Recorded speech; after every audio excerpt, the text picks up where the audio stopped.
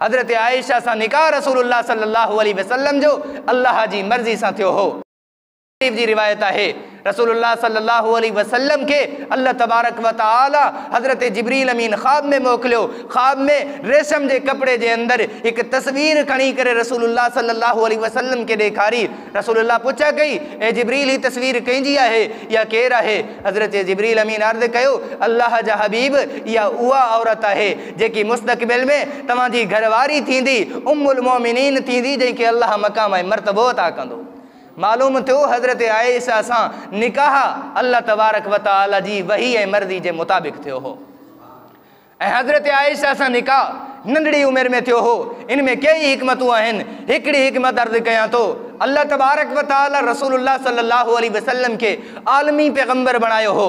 जीअं रसूलुल्लाह सल्लल्लाहु अलैहि वसल्लम मर्दनि जा पैगंबर आहिनि, ईअं औरतनि जा भी पैगंबर आहिनि। हाणे रसूलुल्लाह सल्लल्लाहु अलैहि वसल्लम जी उम्मत में मर्दनि जे मसाइल जे लाइ अल्लाह तबारक व तआला इंतिखाब कयो सहाबाए किराम जो।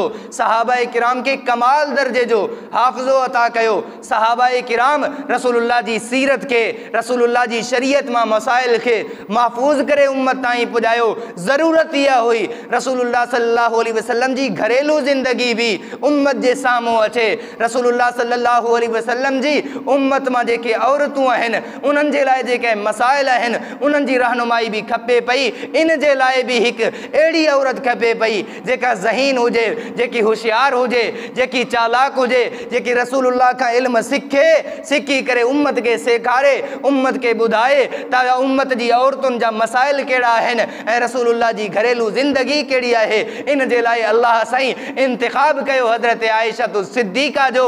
हज़रत उर्वा बिन ज़ुबैर रज़ी अल्लाह तआला अन्हु फरमाइनि था, मां हज़रत आयशा सिद्दीक़ा खां वधीक फ़िक़ह जे अंदर, इल्म जे अंदर, तिब जे अंदर, सुन्नत नबवी जे अंदर वधीक कोई आलिम कोन ॾिठो आहे।